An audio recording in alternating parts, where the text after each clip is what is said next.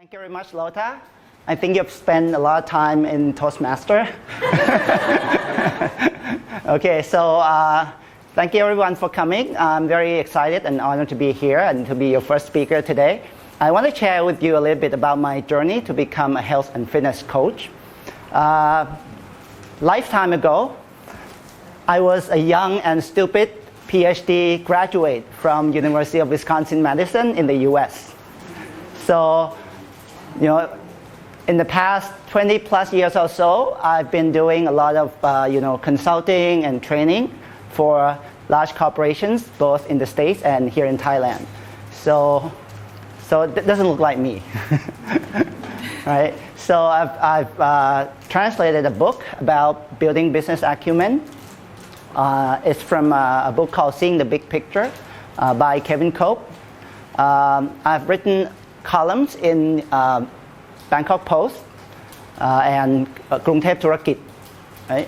So I've been an explorer. Okay, at least I call myself that.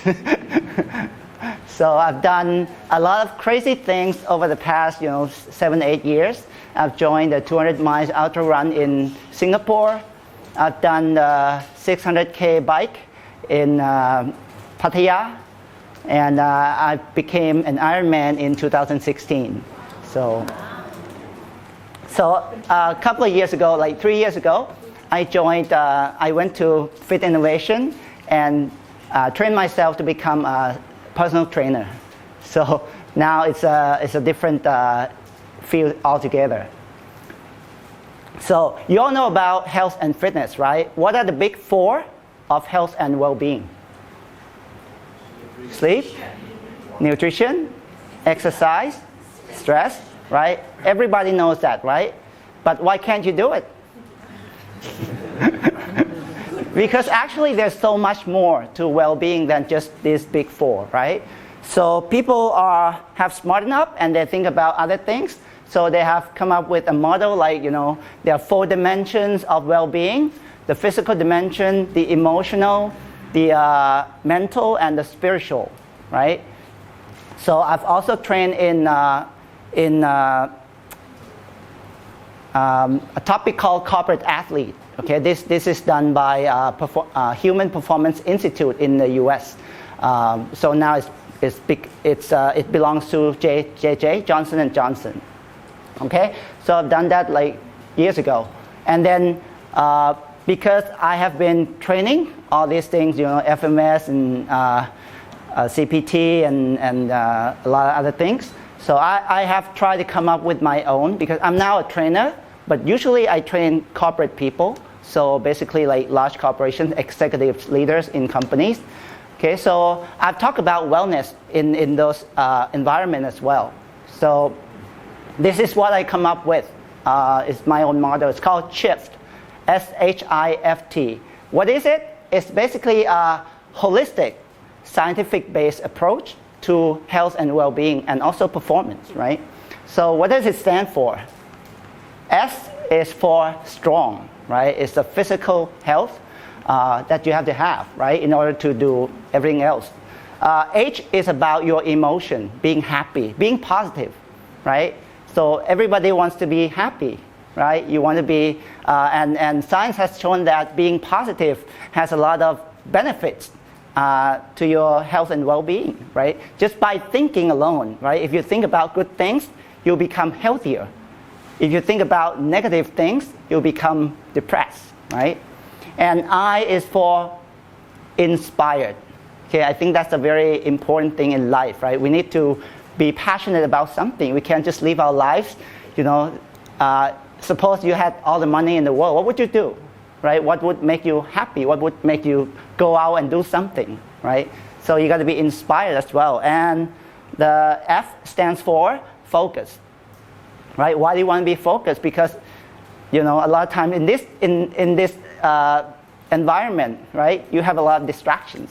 Like some of you are checking your emails, some of you are checking your Facebook, IG, and so on, right? So we are all distracted all the time. So we need to get back to being focused, okay? Not only will it make you a happier person, it will make you a more productive person. And T is I think one of the most important qualities or attributes of a person, that's your mindset. T stands for tough. It's mental toughness. It's being able to bounce back from mistakes or failure, right? So, and the CHIF model, spinning around something called the habit loop, okay? All of this knowledge would mean nothing without without you having to actually do it, taking action, right? So, that's basically the model. So I'll expand on the model a little bit more.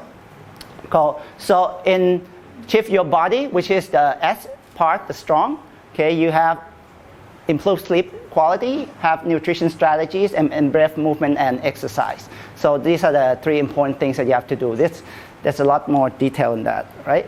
So for mood, okay, you learn how to boost your EQ, build your emotional resilience, and practice emotional hygiene, right? So I want to talk a little bit about the 3rd bullet here, right? You have shower every day, right? Why? Yeah, because you get out and you get some dust and some germs, right? You want to wash your hands and wash your body, right? So every day you do that, right? But have you ever washed your mind, your emotion? Like when you meet people, when you work, when you do something, right? You might get dirty from all those negative emotions.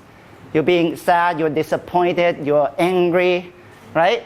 So you've never done those, emotional hygiene thing, right? So what can you do to wash your mind from those negative feelings? Meditate. You can meditate as well, right? You can do a lot of other things. You can do like a gratitude journal, being thankful for whatever you have in life right now. You can do a little bit of forgiveness. You can do a random act of kindness, helping other people where you don't want anything in return. Okay, so these are all the small things that you can do daily in order to become, a happy person and a more positive person, right? The I part is, I call it know your SVP. Have you heard about positive psychology, right? In the old days, people try to focus on their weaknesses, basically trying to eliminate the weaknesses. But positive psychology has found that in order to become better, you need to focus on your strength. You need to spend more time with something that you're good at, not something that you're bad at, right? I mean, all of you have been in a situation where you are put or forced to do something that you don't like, and how do you feel about it? Disengaged, right? You don't care, right? Just go through the motion and then try to finish everything. And then as soon as you finish, you forget everything because you don't care, you're not engaged, right?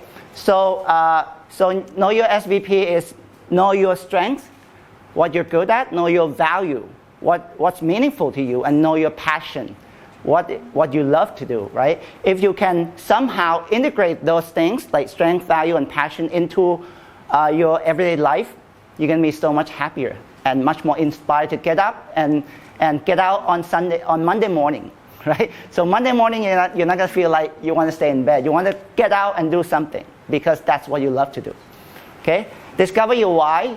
Start with why from Simon Sinek, right?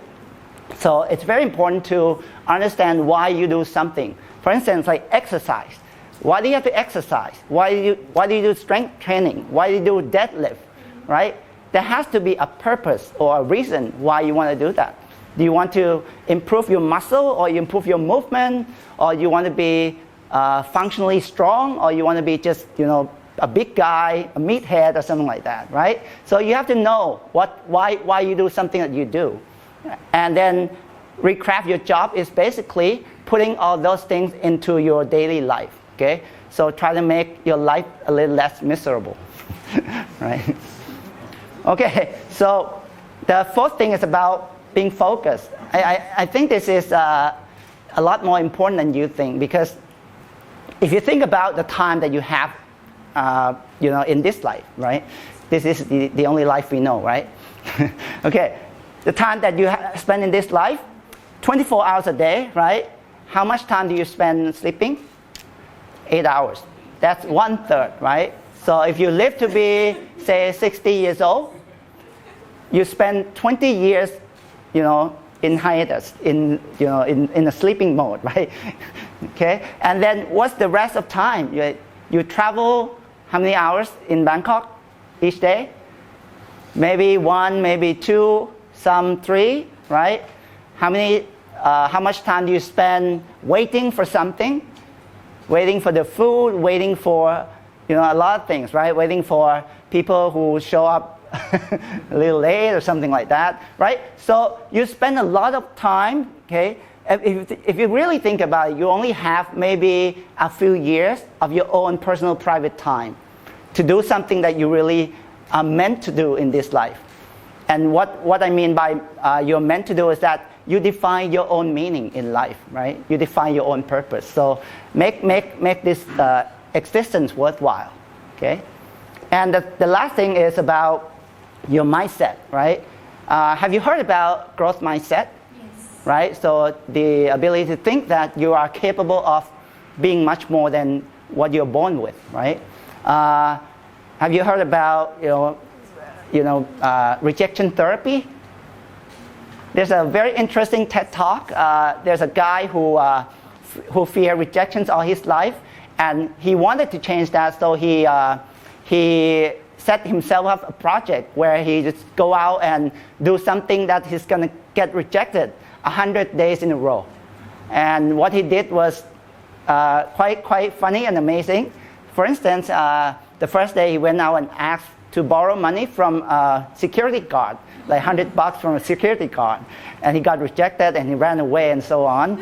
And on the 5th day, he went to Krispy Kreme and asked for them to make donuts in the form of Olympic rings, like the 5 interweaving rings like Olympics. And they accommodate his request. So that's quite amazing. Okay, so yeah. So if you're always living in fear, you won't know what you're missing, right? So there are 2 types of regrets.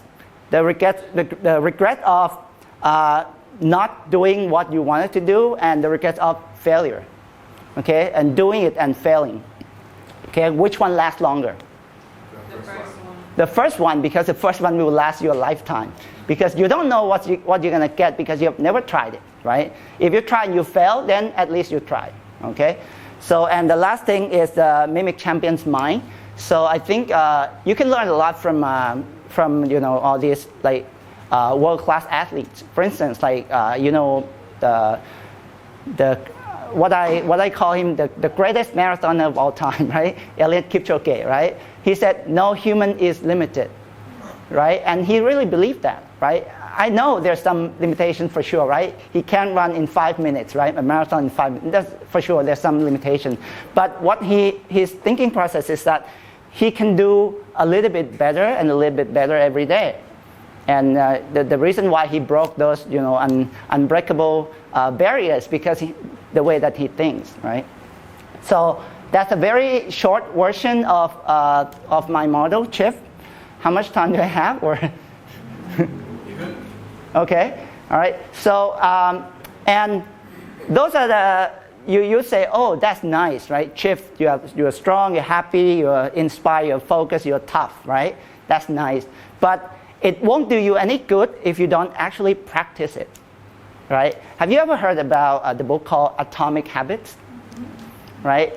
So it talks about the benefits of doing small daily action that will take you and get you massive results. Like they talk about being 1% better every day, right? Do you know how much would you be better if you improve 1% every day? That's 37 times, okay? So basically if you take like 1.01 to the 365, you get 37.78, okay? So which, to me it doesn't make sense. I know that because, you know why? Because if you're thinking about like training, like progressive overload, right? If you carry a calf, right, and every day the calf grows a little bit bigger and you carry them every day, would you be able to carry a cow at the end? No way, right? Because your strength won't match up with the growth of the calf, right? So it's the same thing. I think but it gives you an idea. It's not correct entirely, but it gives you an idea that if you improve just a little bit every day, eventually you'll see some good results, some great results that come from daily small action.